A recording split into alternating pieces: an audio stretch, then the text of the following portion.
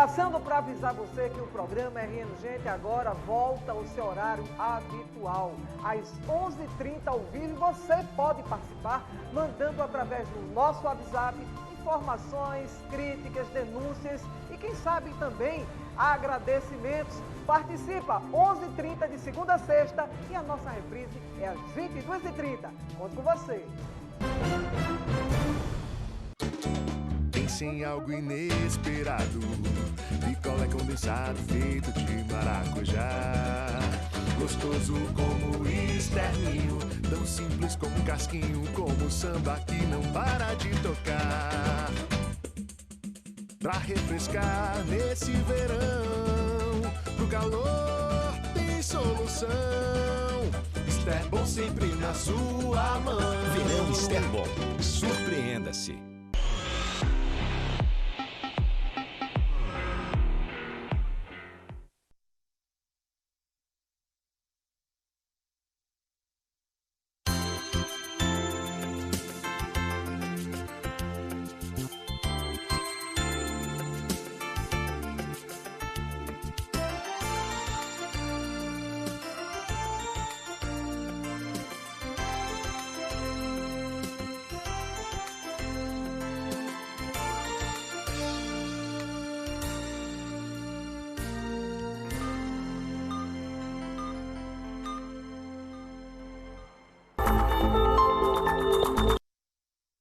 Programa Saúde é Tudo, aqui pela sua TV União.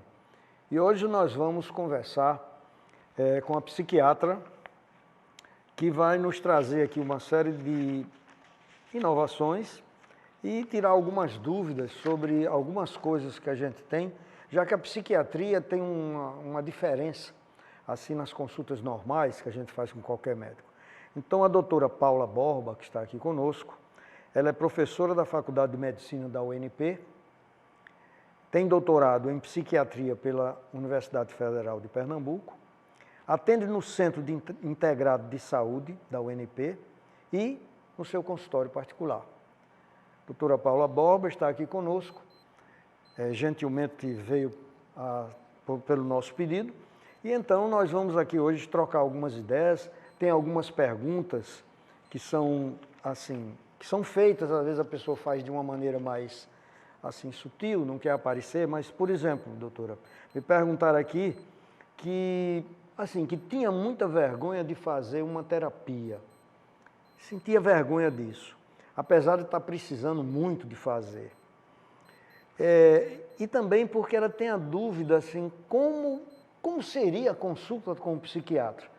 Que, na realidade, ela tem dúvida porque diz que não é uma consulta do mesmo jeito que se faz com um médico clínico. Então, seria bom que você pudesse explicar as diferenças assim que tem de uma consulta clínica para uma consulta com o psiquiatra. Olá, doutor Marcos, primeiramente agradeço aqui a nossa participação. Acho que é um espaço muito importante. A psiquiatria realmente é cheio de estigmas, né?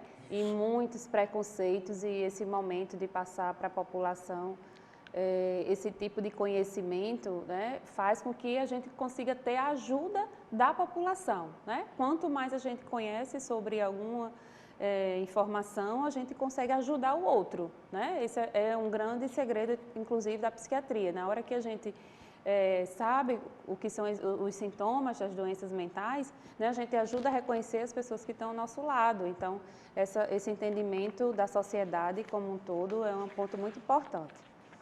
Então, realmente o clínico, uma pessoa que às vezes tem uma afinidade por trabalhar com a área de saúde mental, ele tem a capacidade de reconhecer pelo menos os principais transtornos mentais mais básicos, que estão às vezes na mão de um clínico geral ou na atenção de saúde primária, né? Que são os transtornos de ansiedade, né? Os mais comuns, a depressão, né?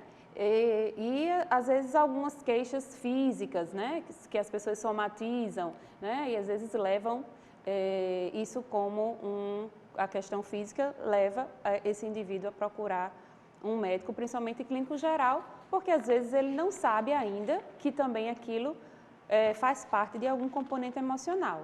Então, esse médico clínico geral, ele realmente pode fazer esse reconhecimento e aí, a partir desse momento que muitas vezes ele investiga o paciente fisicamente, faz exames, né, vê que aquilo dali não, aqueles sinais e sintomas não são realmente de um adoecimento físico, ele faz a orientação de que esse paciente, né, poderia encaminhar-se para um profissional da saúde mental, fosse um psiquiatra, fosse um psicólogo principalmente.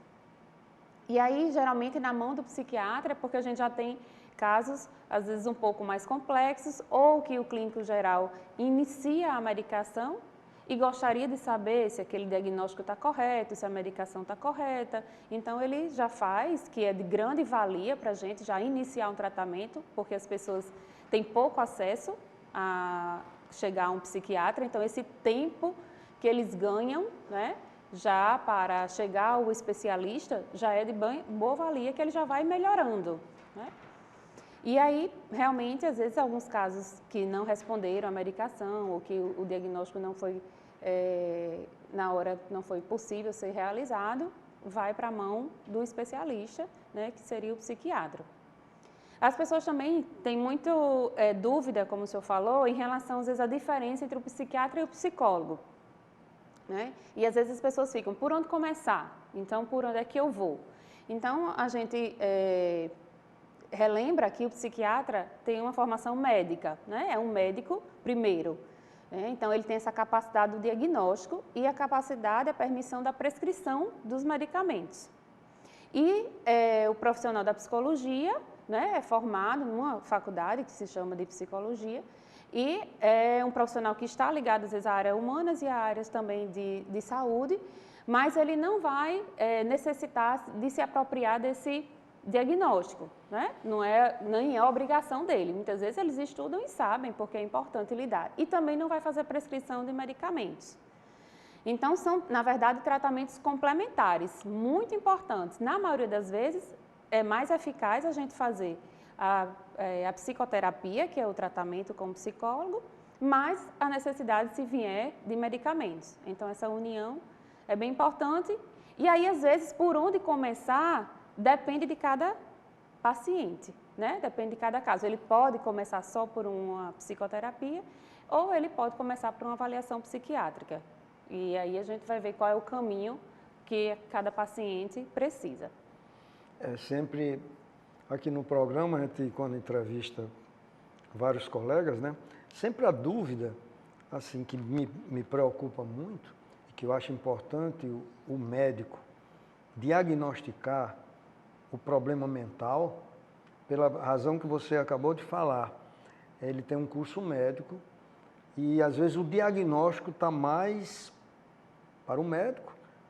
O acompanhamento, sim, o psiquiatra pode até entrar em contato com o psicólogo e ambos trabalharem muito bem juntos. Mas o próprio psiquiatra, ele às vezes tem dúvida sobre um determinado diagnóstico, né? Isso. Então, hoje em dia, assim, as pessoas são dominadas por ansiedade, angústia, e eles às vezes usam até o termo, assim, inadvertidamente, eu estou com depressão. Isso, e ele não está com depressão, mas ele diz que está com depressão e às vezes ele já impregna aquilo e vai até um clínico, um colega médico, e ele diz que está com depressão por isso, por aquilo, e muitas vezes ele é medicado. Então, eu acho assim, que a medicação psiquiátrica, ela tem que ser muito bem prescrita, numa dose muito certa e num acompanhamento também muito seguro, porque vai mexer com uma coisa muito séria. Teve um estudioso, Heisenberg, que ele achou que entre 50 e 80 foi que deu o boom dos medicamentos psiquiátricos. Isso, exatamente. E então ele começou a notar que os próprios psiquiatras começaram a ser psicofarmacológicos, eles começaram a acreditar mais no remédio do que na história do paciente, começaram a escutar menos a história do paciente. Isso é uma verdade, acontece isso, ainda aumentou muito isso. Mas o psiquiatra que medica, às vezes a doença mental, ela não resolve somente com a palavra, quer dizer, com a psicoterapia. Então, por exemplo, o psicanalista, que é o meu caso, eu faço psicanálise. Eu uso a palavra até onde eu posso, mas tem pacientes que ele não está mais escutando a minha palavra. Ou ele não está interpretando mais a minha palavra. Nesse momento eu preciso de uma medicação e que o melhor prescritor dessa medicação seria o psiquiatra. Então eu queria que você fizesse algum comentário sobre isso que eu estou falando, porque hoje em dia todo mundo mexe. Todo mundo passa medicamento. Tem umas drogas que normalmente elas são prescritas, o paciente se dá muito bem, que são os ansiolíticos, mas eles são exatamente como os analgésicos, eles são sintomáticos. Quer dizer, ele não vai curar a doença do paciente. Então, doutora Paula, me diga alguma coisa sobre esses comentários. É verdade, em parte, né?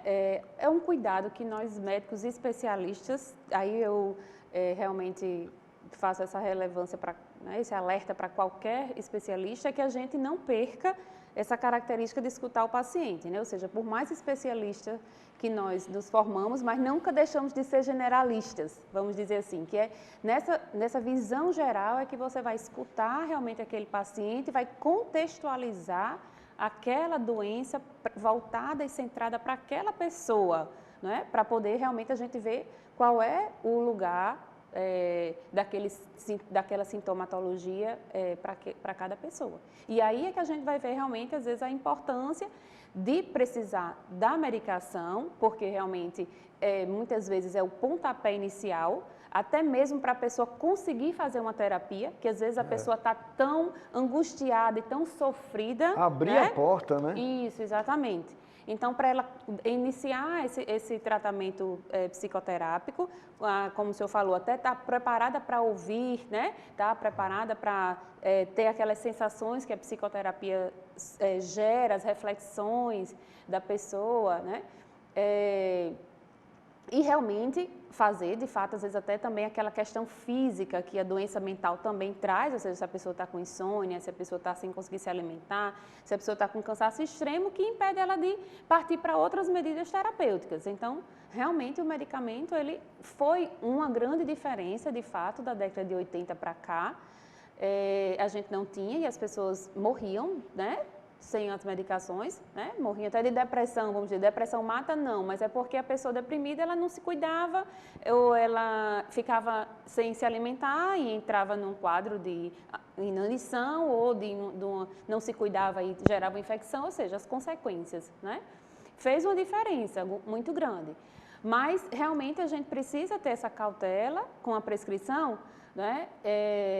Que também criou esse estigma, às vezes, esse medo, às vezes, que as pessoas têm das medicações psiquiátricas, muitas vezes nem por nós, psiquiatras, porque, de fato, a medicação foi prescrita de forma por muitos outros profissionais médicos, né? E talvez tivesse essa falta de assistência, como o senhor está falando. Eu prescrevo um ansiolítico, eu preciso saber que eu vou ter que dar assistência àquele paciente, porque não existe eu dizer, tome só uma caixa do medicamento e não apareça mais aqui.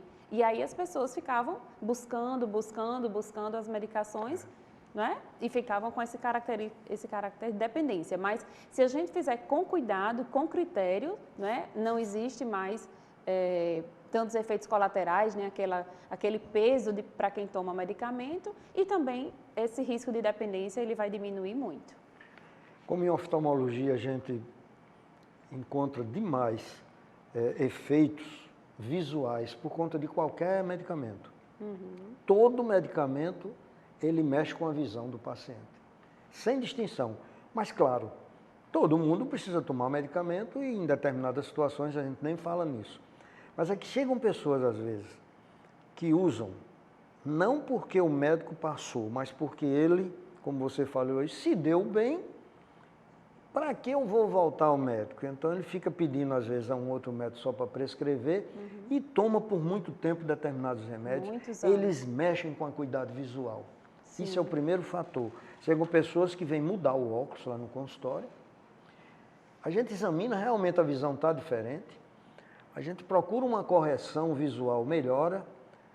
Mas se não tiver o cuidado da anamnese de saber o que mais está acontecendo, é que ele às vezes não vai dizer, vai só dizer que eu uso esse óculos e não está bom, a gente chega lá, tem alguma medicação sendo tomada, às vezes numa dose até acima do normal, e está afetando. Quer dizer, se eu mudar o óculos, eu estou errado. Sim. Isso no caso da acuidade visual. E o pior que a gente se preocupa muito é com o glaucoma. Então tem uma série de medicamentos assim inocentes, mas que eles atrapalham muito o glaucoma. Então, efeitos colaterais eles existem. Por isso, assim, eu estou falando aqui para vocês que estão assistindo o programa, mesmo estudantes de medicina, colegas de outras especialidades, eu tenho muito receio da medicação psiquiátrica ser prescrita assim por outras pessoas indevidamente, a não ser quando é atendido pelo psiquiatra e ele traz de volta para o clínico e ele então pode acompanhar voltando periodicamente. Porque uma história é diferente da outra. Exato. Então é uma coisa assim que me preocupa muito e cada dia está aparecendo drogas mais novas e que requer um cuidado maior, eu acho, porque quanto mais nova é a droga, menos a gente conhece os efeitos colaterais, né? Isso, é verdade. Está sendo conhecido ainda, né, na fase da população. E também se falava pouco na esquizofrenia, sempre falou-se, mas falar muito pouco, e hoje em dia ou está aparecendo mais esquizofrenia, que é uma pergunta que eu queria lhe fazer, ou o profissional está diagnosticando melhor. Então, eu queria que você desse umas palavrinhas sobre a esquizofrenia, que, de uma maneira geral, a gente sempre acha que é uma coisa assim que não tem muito efeito imediato, a medicação também não. O que é que você acha? Existe esses comentários, vamos dizer, que talvez as doenças mentais, né, as pessoas estão diagnosticando mais, quer dizer, todo mundo hoje em dia tem alguma coisa, que tem algum processo mental, então será que estamos rotulando as pessoas que seriam normais em questão patológica? Né? A gente acredita que não, os dois fatores, né? Um realmente é o fator de conhecimento, então se tem mais profissionais que têm o conhecimento sobre o diagnóstico, tem mais psiquiatras hoje em dia, que antigamente tinha muito poucos, né? A população tem mais acesso a esse profissional, então realmente esse número de diagnóstico ele vai ter possibilidade de aumentar. Mas também existe o outro lado, que é a questão de ter mais fatores, vamos dizer, desencadeadores, porque a gente não pode dizer que são fatores causais, mas que são elementos estressores da vida e de mudanças que levam também a um tipo de adoecimento. Então, esquizofrenia, como por exemplo, a gente tem hoje um leque de fatores que acredita estar associado à esquizofrenia que as pessoas não sabiam antes. Então, desde a gestação, desde a condição materna, desde as condições do parto, né, alterações sanguíneas, alterações de imunidade, de nutrição dessa mãe. Então, são muitos fatores, uso de substâncias psicoativas, de álcool.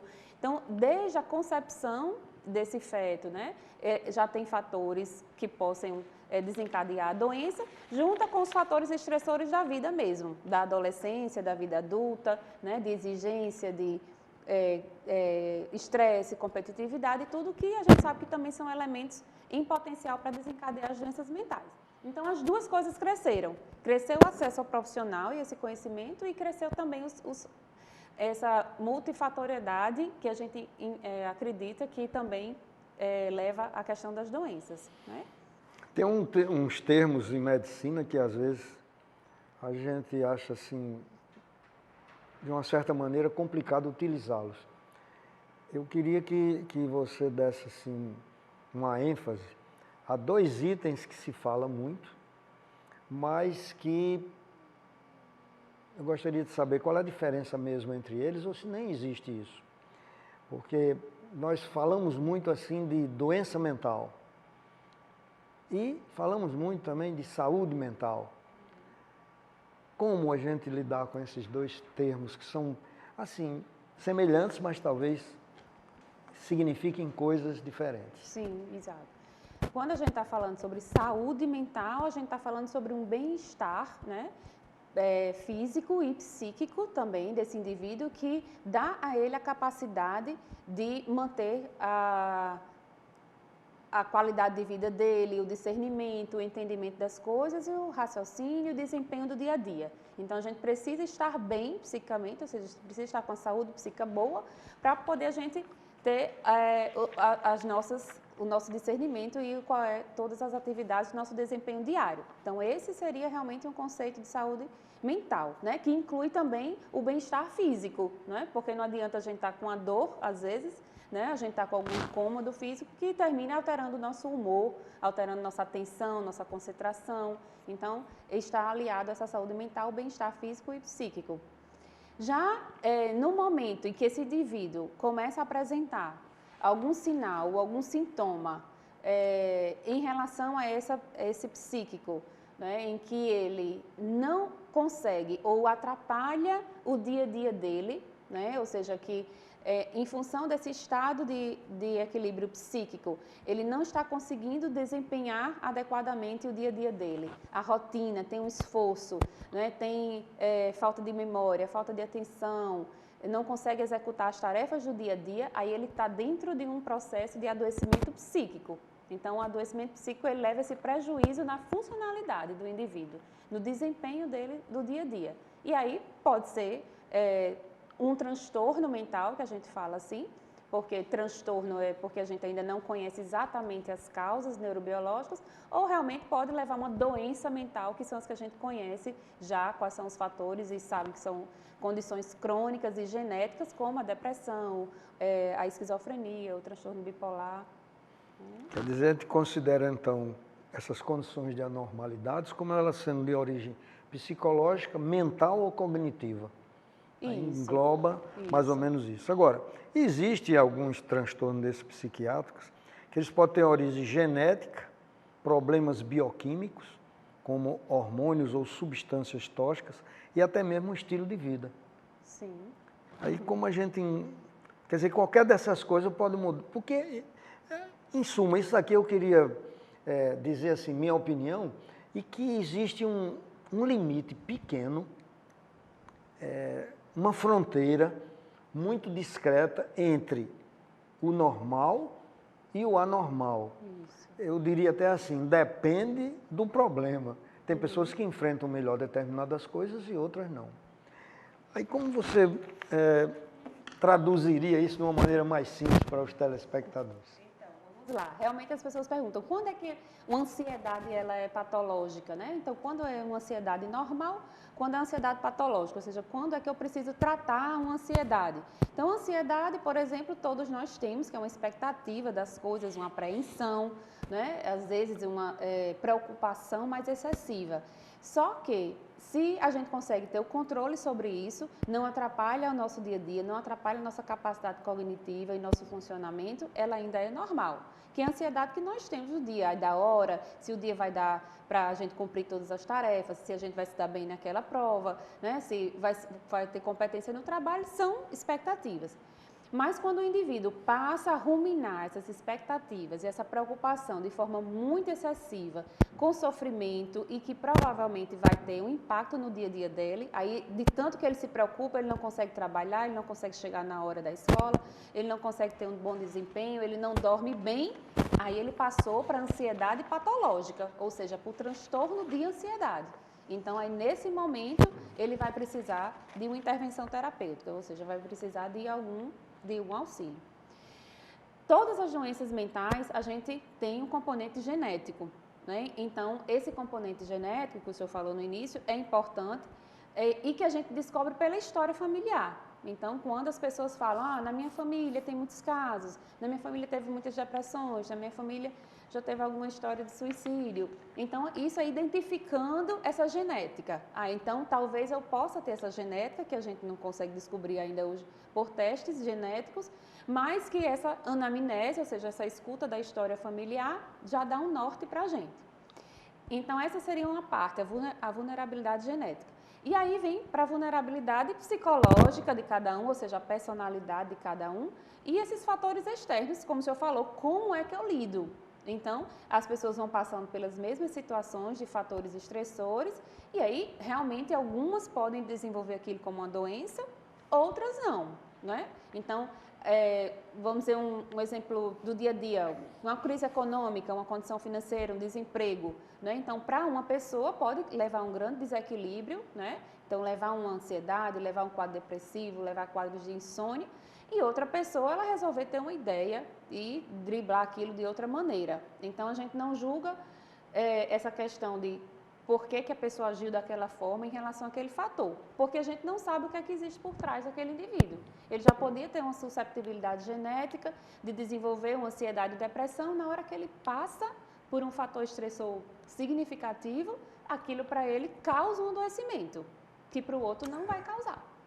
E aí, essa é uma parte muito importante para as pessoas até perderem esse medo que o senhor falou no início da entrevista, essa vergonha, porque a pessoa diz assim, mas fulaninho, só porque você, digamos, perdeu o emprego, porque você se separou, porque aconteceu alguma coisa na sua vida, você está assim, você tem que reagir, tem que fazer várias coisas. Mas é isso que a gente pede, não faça esse julgamento, porque cada pessoa ela vai ter uma reação. Se aquilo provocou um sofrimento, então ela vai precisar realmente de um apoio profissional. Seja às vezes de um processo de psicoterapia para ela elaborar aquela perda, aquele sentimento, seja às vezes evoluir até realmente um adoecimento mental. E aí, sem esse preconceito, a gente ajuda muito, porque a gente reconhece no outro a limitação dele, sem nenhum juízo de valor. Eu poderia reagir de outra forma, mas eu vou compreender que para aquele outro teve um sofrimento, então eu incentivo ele a procurar uma ajuda e realmente a vencer aquela situação. Nós estamos entrevistando a doutora Paula Borba, que é psiquiatra, e está aqui conosco conversando uns assuntos que às vezes a gente não tem muita facilidade de levá-los assim a qualquer ambiente. E nós sabemos que é muito variada o pessoal nosso que está aqui conosco, varia bastante. Então a gente tem pessoas de todas as classes que estão aqui conosco e a gente tem essa necessidade de falar nos termos mais simples. Portanto, nós vamos fazer um pequeno intervalo agora, nesse primeiro bloco, e no segundo bloco entraremos em detalhes que vai interessar a todos vocês que estão aí assistindo. Voltaremos dentro de 1 minuto.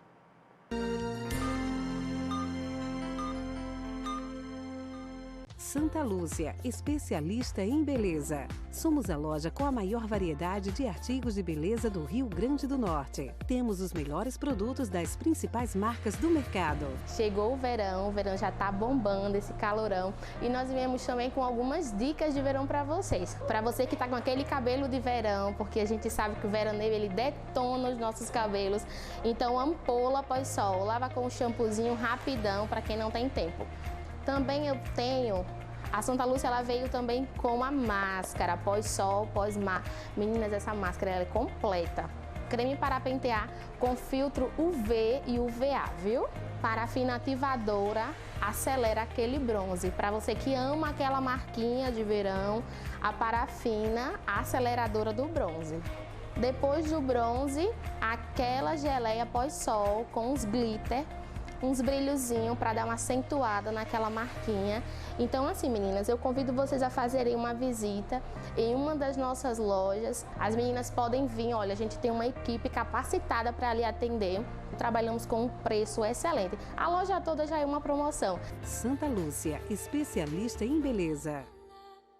A palavra de Deus numa linguagem simples. Programa Tempo de Paz. Esperamos por você aqui na TV mais conectada do Nordeste. De segunda a sexta, às 19h30. Pense em algo inesperado. Picolé condensado feito de maracujá. Gostoso como externinho. Tão simples como casquinho. Como samba que não para de tocar. Pra refrescar nesse verão. Pro calor tem solução. Esterbom sempre na sua mão. Verão Esterbom. Surpreenda-se.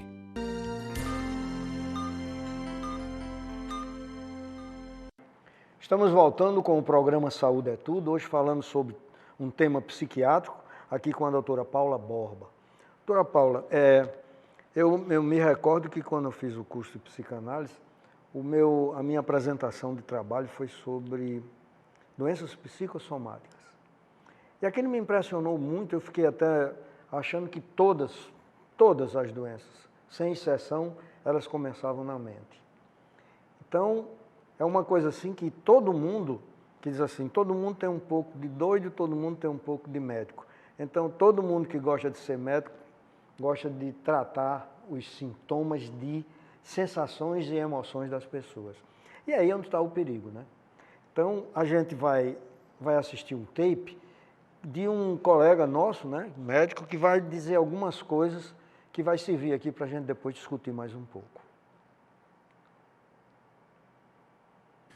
Olá, eu sou Marco Antônio Abud, sou médico psiquiatra da Universidade de São Paulo e do Centro Ibirapuera de Neurociência do SINA. E hoje eu estou aqui para falar como tratar um quadro de ansiedade generalizada, como tratar um quadro ansioso, né? Cada quadro ansioso tem um tratamento específico, mas isso que eu vou falar serve para a grande maioria dos quadros ansiosos. Só para lembrar que a ansiedade ela é uma apreensão, um sentimento de constante alerta frente a um perigo futuro, uma ameaça futura que ela é incerta, mas ela é muito importante. Então, a ansiedade tem a ver com uma dificuldade em relaxar, em parar de se preocupar, né? Como é que funciona o tratamento? É uma coisa simples. A ansiedade, essa dificuldade de parar de se preocupar, tem a ver com uma hiperativação de uma área central no cérebro, relacionada principalmente a uma região chamada de amígdala, né? Tem outras regiões também envolvidas, né? Mas basicamente a amígdala, né? A ínsula, regiões muito primitivas, elas estão muito alertas e as partes mais frontais, mais evoluídas do cérebro não estão conseguindo inibir isso. E isso tem a ver com um neurotransmissor, uma substância chamada serotonina. Então, resumindo, o tratamento envolve aumentar níveis de serotonina na região central da amígdala, né? E aumentar o controle que o nosso cérebro tem, que o nosso corpo tem da própria ansiedade. Como é que a gente faz isso? A gente faz isso através de duas formas. A primeira é através de treinamentos e mudanças no estilo de vida e a segunda é através de medicações serotoninérgicas, né? Que treinamentos e mudanças no estilo de vida ajudam, né? Então, uma das que tem mais estudos em várias revistas de alto impacto, em várias meta-análises, é um tipo de terapia, né, chamada terapia cognitivo-comportamental. Não quer dizer que seja só esse tipo de terapia, mas a terapia cognitivo-comportamental é um tipo de terapia que tem muita eficácia para quadros ansiosos, né? Esse tipo de terapia ajuda a própria pessoa a reconhecer situações e sentimentos que podem gerar, né, esse tipo de reação ansiosa e trabalhar estratégias para lidar com esses sentimentos e com essas situações de uma outra forma, né? Então, a terapia cognitivo-comportamental, uma coisa que eu falo sempre, que é muito eficaz, técnicas de meditação mindfulness. O mindfulness, ele serve como uma academia para a mente, né? Com a prática regular do mindfulness, existe uma diminuição da ativação da amígdala, existe um aumento da ativação frontal, que serve para frear a ansiedade. Então, o mindfulness é como uma academia que vai atuando, ajudando o corpo a ele mesmo aprender a relaxar, né? Então, a terapia cognitivo-comportamental, o mindfulness, nós temos alimentos que ajudam nessa melhora serotoninérgica. Eu vou fazer um vídeo específico sobre alimentos que podem ajudar a aumentar os nossos níveis de serotonina, né? E outras atividades terapêuticas, como atividade física, yoga, né? Outras atividades que envolvam a sensação do corpo. Você está em contato com o seu corpo e com a sensação no momento presente, mas principalmente exercício físico e yoga, né? Então essas mudanças no estilo de vida, elas ajudam muito nesses quadros ansiosos. Em geral, elas demoram mais ou menos uns 3 meses para a gente observar os efeitos. Algumas pessoas podem já sentir a melhora logo no início, mas a gente pode esperar até 3 meses. Para aquelas pessoas que não estão melhorando, né, com essas mudanças, né, está demorando muito para melhorar, ou que os sintomas delas estão muito intensos, estão impactando muito a vida delas, a gente acaba associando medicações serotoninérgicas, que são chamadas de antidepressivos serotoninérgicos, inibidores da recaptação seletiva da serotonina. O mecanismo de ação específico são medicações muito seguras, elas não causam dependência e é sempre importante isso, né? Quando a gente opta por introduzir um antidepressivo serotoninérgico para um quadro ansioso, sempre tem que ter um plano, né, de começo, meio e fim do tratamento. Né? O tratamento ele tem que ter esse plano. O objetivo é deixar a pessoa bem com o mínimo de remédio ou de preferência sem medicação. Esse é o objetivo, né? Então esse mito de que o tratamento com medicação, com antidepressivo vicia ou tem que ser para sempre, isso não é verdade. É claro que o médico, junto com o paciente, para cada caso, tem que escolher o antidepressivo que vai ser mais eficaz com o mínimo de efeitos colaterais. Só que os antidepressivos eles demoram um tempo para fazer efeito. Eles podem demorar 2, 4, às vezes até 6 semanas para melhorar. Puxa, e aí como que a gente atua, né, nesse começo para a pessoa que está sentindo todos aqueles sintomas ansiosos, né? A gente às vezes não vai conseguir deixar ela esperando esse tempo todo, né? Nesses casos, nós colocamos medicações de alívio rápido, que são os ansiolíticos. E essas são as medicações que são as, entre aspas, as grandes vilãs da psiquiatria, né? Essas são medicações que aliviam na hora, em cerca de 40 minutos, 1 hora, elas diminuem o tônus ansioso e elas são gostosas.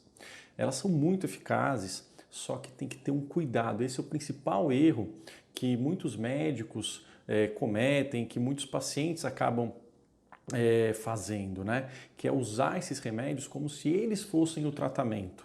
Eles não aumentam a serotonina, eles simplesmente desligam esse centro do cérebro, né? Eles adormecem o cérebro, é como se fosse um anestésico.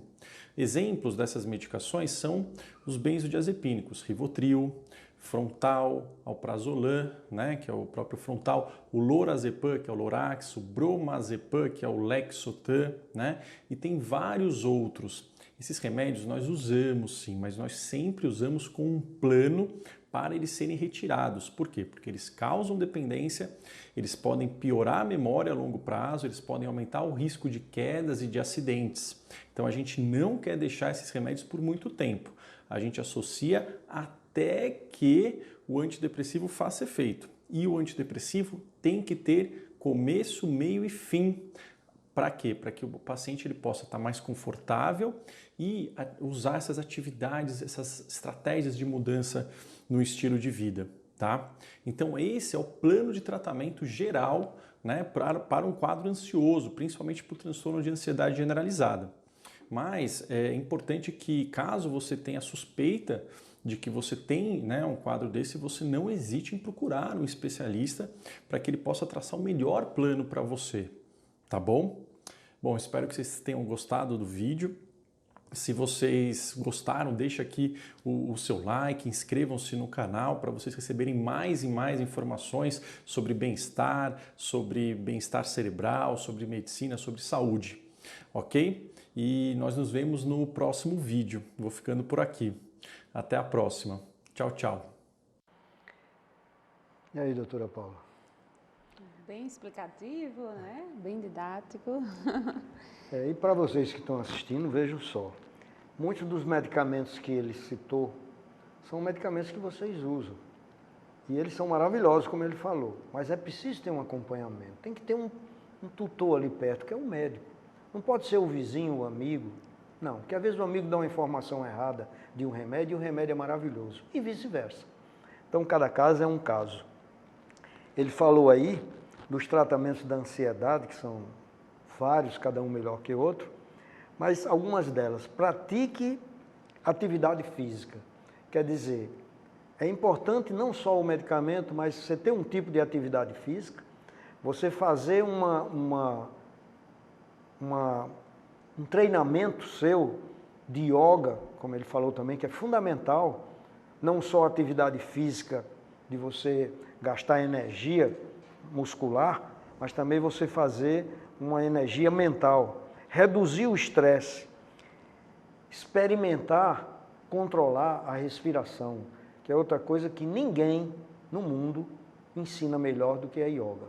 Fazer o controle da respiração, evitar pensamentos negativos, usar o chá, tem chás que são maravilhosos para isso, manter foco na atenção do presente e ser mais organizado.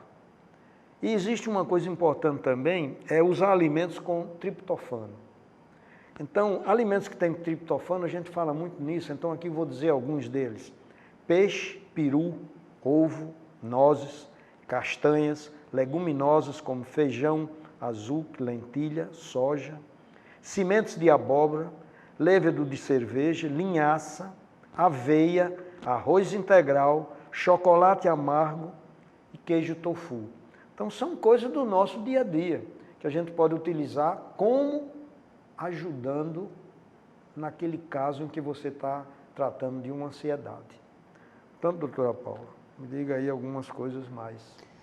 Exato. Essa questão dos hábitos de vida, né? Ou seja, inserir bons hábitos de vida, ela é muito importante porque tanto ela serve como uma prevenção primária, né? Ou seja, antes do indivíduo adoecer, se ele tem bons hábitos de vida, ele pode, vamos dizer assim, mesmo que tenha uma genética, talvez que ele reconheça que na família dele tem vários casos de ansiedade, as pessoas são muito estressadas na minha família, mas se ele adquire esses bons hábitos, ele tem uma tendência a prevenir que esse adoecimento mais para frente de um transtorno de ansiedade, por exemplo, ou retardar, ou que esse transtorno venha de forma mais leve, né? Então começa daí.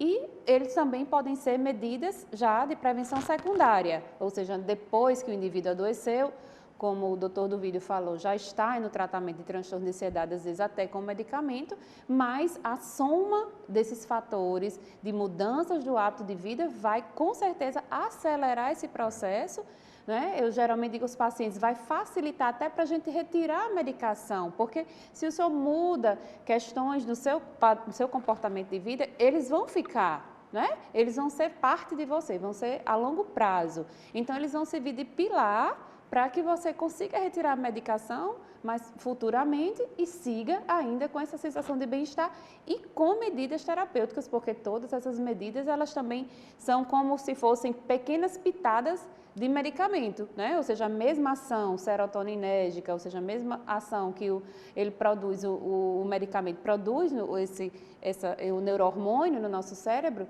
uma atividade física, uma atividade dessa de relaxamento, como meditação, yoga, para o que a pessoa gostar, às vezes até um outro tipo de terapia, para um pode ser a música, né? Para outro pode ser artes, tudo isso são pequenas pitadas de neurotransmissores, né? Então vai se somar como se fosse um medicamento futuramente. Vai ajudar muito nesse processo de evolução mais rápida também da recuperação.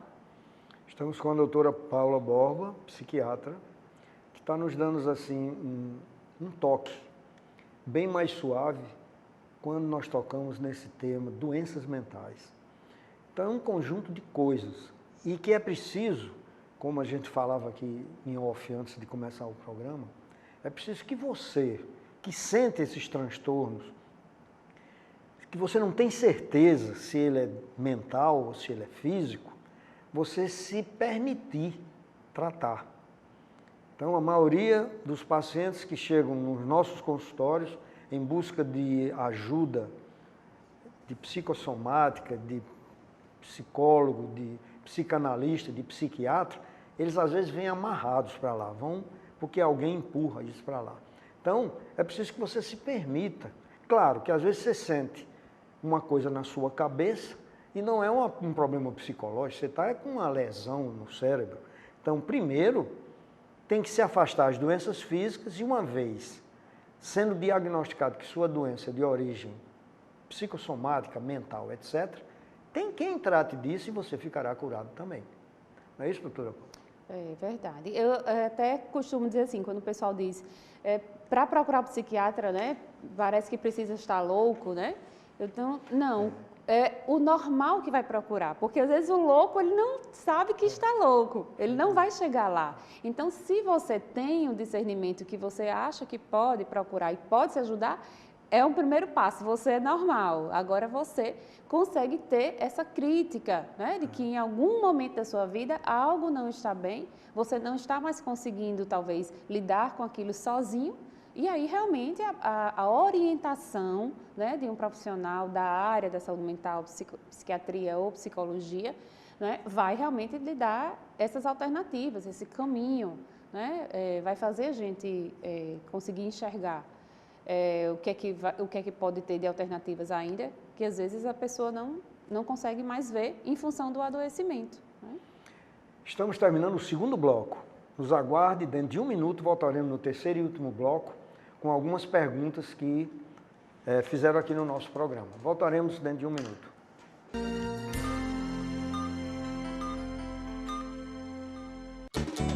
Pense em algo inesperado. Picolé condensado feito de maracujá. Gostoso como externinho, tão simples como casquinho, como samba que não para de tocar.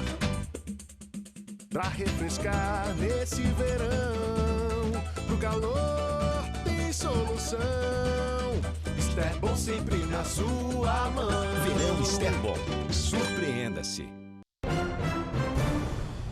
Passando para avisar você que o programa RN Gente agora volta ao seu horário habitual, às 11h30 ao vivo. Você pode participar mandando através do nosso WhatsApp informações, críticas, denúncias e quem sabe também agradecimentos. Participa 11h30 de segunda a sexta e a nossa reprise é às 22h30. Conto com você.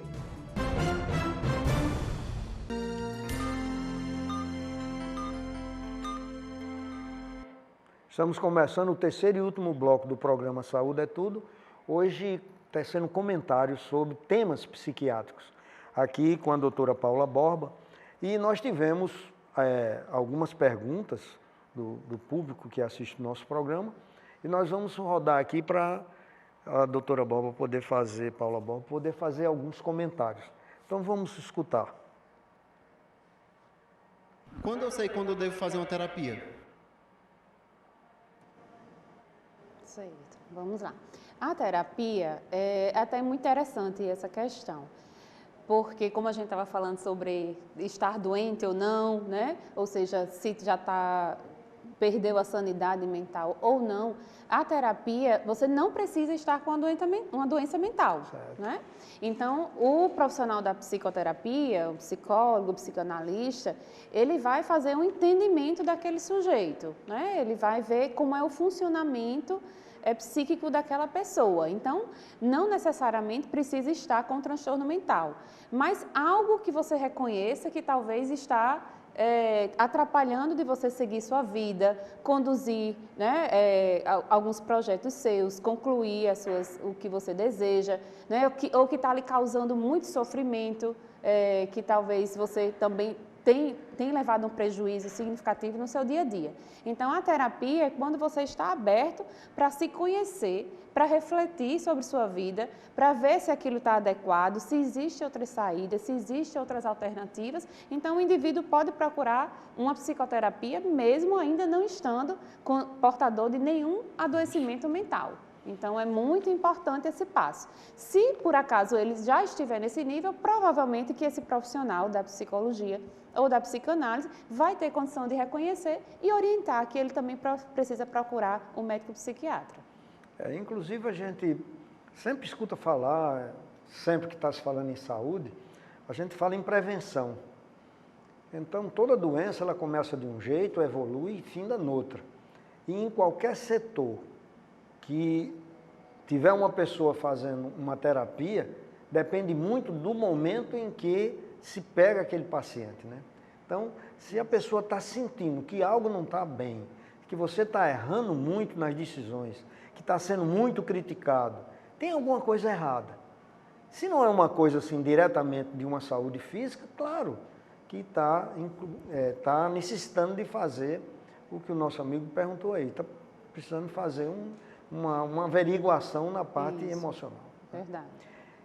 Vamos ver outro aí, Jonathan. Meu nome é Denise e eu preciso de ajuda, mas não sei como pedir.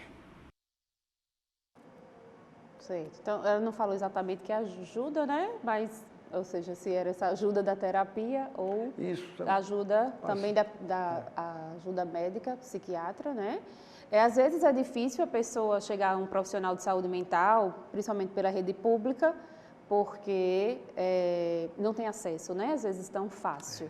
Mas ela poderia, então, se foi no caso da saúde pública, ela pode começar até pelo médico da saúde da família, né? Às vezes que é um médico também preparado para escutar, relatar o que ela vem sentindo, ou se ela vem percebendo algo que talvez seja de cunho emocional e psicológico, e ver se aquilo dali realmente é uma condição que ela precisa de uma intervenção médica ou de algum profissional da área de saúde, né? Então, o médico, vamos dizer, clínico, que estiver escutando, né, ele vai conseguir ter esse reconhecimento e orientar se ela pode. Muitas vezes, o que a gente percebe hoje em dia é que as pessoas vão por outras, como o senhor falou, mas no sentido até bom, né? Então, às vezes, você pode conversar com algum colega seu, alguém que trabalha ao seu lado, um familiar, né? E tentar ver com os dois, será que isso que eu estou sentindo é realmente algo que já fugiu daquele normal que a gente falou, né? Ou seja, já está indo para o lado do adoecimento, para o lado do patológico, eu estou com dificuldade de lidar com isso, estou passando esses problemas, tenho sentido essas coisas diferentes. Então, às vezes, só nessa conversa com alguém já sentiu, alguém já teve um familiar, já teve um amigo, está passando por isso e ajuda nesse reconhecimento, né? E aí, realmente, a gente quebra um pouco esse estigma e motiva o outro que realmente procurar um profissional da área de saúde mental. Não é nada demais, a princípio você vai ser escutado, não significa que todo mundo já vai sair medicado, né? E vai realmente seguir as orientações mais adequadas. O problema de hoje é que a gente não tem ninguém que escute.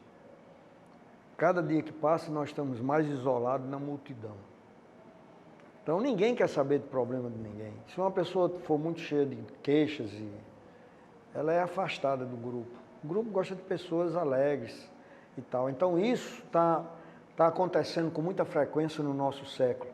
E cada vez mais a pessoa gosta de ser bem aceita no grupo e se sente muito ruim nessa situação e se afasta do grupo, que é muito pior, né?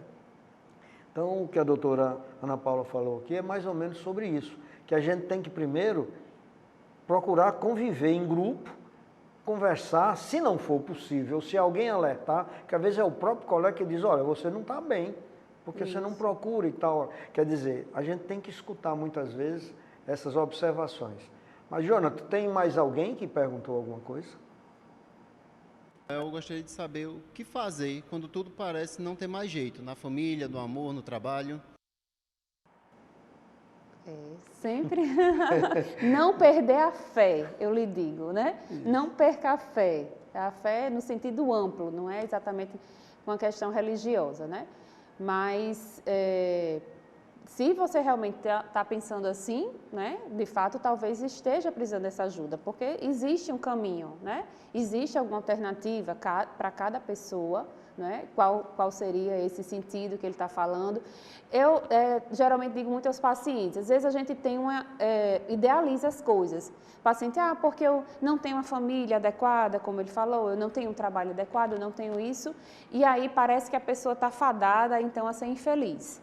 Nós somos formados de várias esferas da nossa vida, então, às vezes, a gente não está bem em uma, mas está bem em outra, né? Então, a gente não está com um bom relacionamento, não está com boa afetividade, mas a gente está com a vida profissional ajustada, ou vice-versa, a gente está desempregado, mas a gente tem um apoio dos amigos, de uma família. Então, tente procurar qualquer pilar que você possa começar por ele, né? E aquele outro vai lhe dar uma força para você poder ver quais demais você pode ir construindo, né? Pouco a pouco.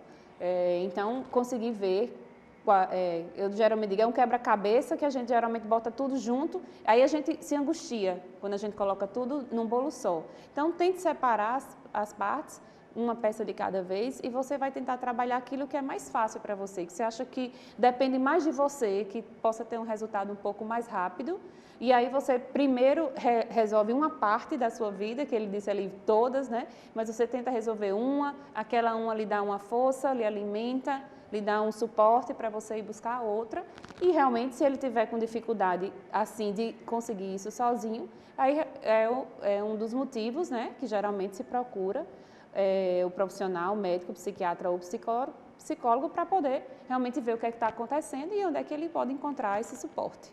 Então, nós estamos falando aqui sobre alguns transtornos mentais mais comuns. Então, muitas pessoas que estão assistindo o nosso programa podem dizer, ele ainda não falou do meu problema. Então, eu gostaria de dizer a vocês que nós insistimos mais em ansiedade, porque em cerca de 1 em cada 4 pessoas são portadores de ansiedade. Então, a ansiedade é um desses transtornos. Depois tem a depressão, tem a esquizofrenia, tem os transtornos alimentares, estresse pós-traumático, que hoje é uma coisa que está tomando conta da vida da gente, né? Somatização, transtorno bipolar e transtorno obsessivo compulsivo. Cada coisa dessa mexe muito com o nosso interior, mexe muito com a nossa integridade, com a nossa vida de uma maneira geral. Então é isso que nós estamos comentando aqui e falando durante todo esse programa. Eu ainda queria falar sobre o SPA. Tudo na vida tem umas siglas, né? Esse SPA é Síndrome do Pensamento Acelerado. É uma coisa assim que foi muito comentado por Augusto Cury, que é muito simples. Ele chegou à conclusão que tem pessoas que pensam o dia todo, toda hora. Então ele satura demais a cabeça dele com tanto pensamento, e a maioria deles são ruins, que ele dificulta ele decifrar as coisas da vida e até os momentos bons da vida. Então, são coisas como essa que fazem com que a gente caminhe, às vezes, para um transtorno mental.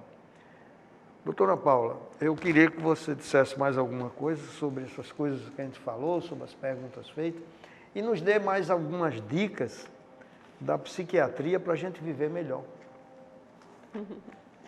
Certo, muito bem.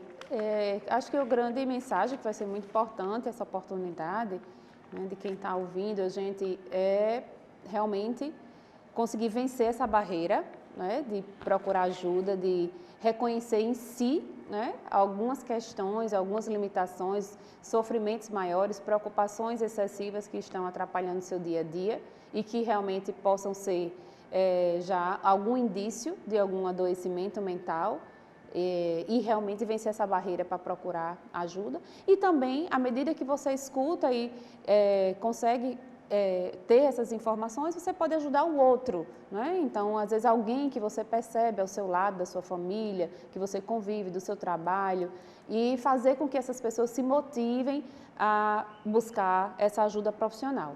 Enquanto isso, né, o que a gente tenta realmente, diante hoje de um mundo de tantos fatores estressores, né, e tantas dificuldades, às vezes, que a gente tem que vencer no dia a dia, né, é que a gente realmente tente manter um mínimo de qualidade de vida, pelo menos, possível, né, dentro das suas limitações, sem padrões e sem rótulos, né? Às vezes as pessoas, não, eu não tenho dinheiro para fazer todas essas coisas, mas mesmo assim você consegue. Então, você pode caminhar na praia, é uma coisa que sem custo nenhum, e que eu vejo meus pacientes dizendo, é a melhor coisa que eu sinto, eu durmo melhor, eu relaxo, eu chego à noite em casa melhor. Então, é o que você gostar, né? Se um gosta de caminhar, se o outro gosta de ir para a praia, se o outro gosta de nadar. Então, é uma forma, procure prazer na sua vida, procure um sentido, né? Procure tentar estar bem, né? Ter uma qualidade de sono, conseguir ter uma alimentação saudável, né? Que não é saudável, não é cara, são coisas simples, verduras, frutas, uma variedade de alimentos, né? E tentar ir vencendo os seus estresses a cada dia, né? Sem realmente colocar tantos padrões e tantas exigências e tantos rótulos. Então, melhorar um pouco essa qualidade de vida vai ajudar e muito. Pois é, pessoal, como ela falou, tem muita coisa simples que faz muito bem à nossa cabeça. Nós vivemos num mundo de energia e tem pessoas que esquecem de colocar os pés no chão. Eu estou falando de verdade, pés no chão, porque a gente passa o dia calçado, quando chega em casa ainda coloca uma sandália de borracha, quer dizer, nós não descarregamos as energias que às vezes não são tão boas e a gente só consegue isso quando a gente fica descalço. Vamos nos acostumar a andar mais descalço, de manhã cedo, pisar na grama molhada, tudo isso você descarrega uma quantidade grande de energia. Muito obrigado a vocês pela presença aqui no nosso programa e a doutora Ana Paula, muito obrigado por ter vindo. Eu que agradeço. Espero que venha doutor mais Marcos. outras vezes trazer essas mensagens que foram tão boas. Estarei à disposição, com o maior prazer. Muito obrigado. Então terminamos mais um programa Saúde é Tudo. Até o próximo.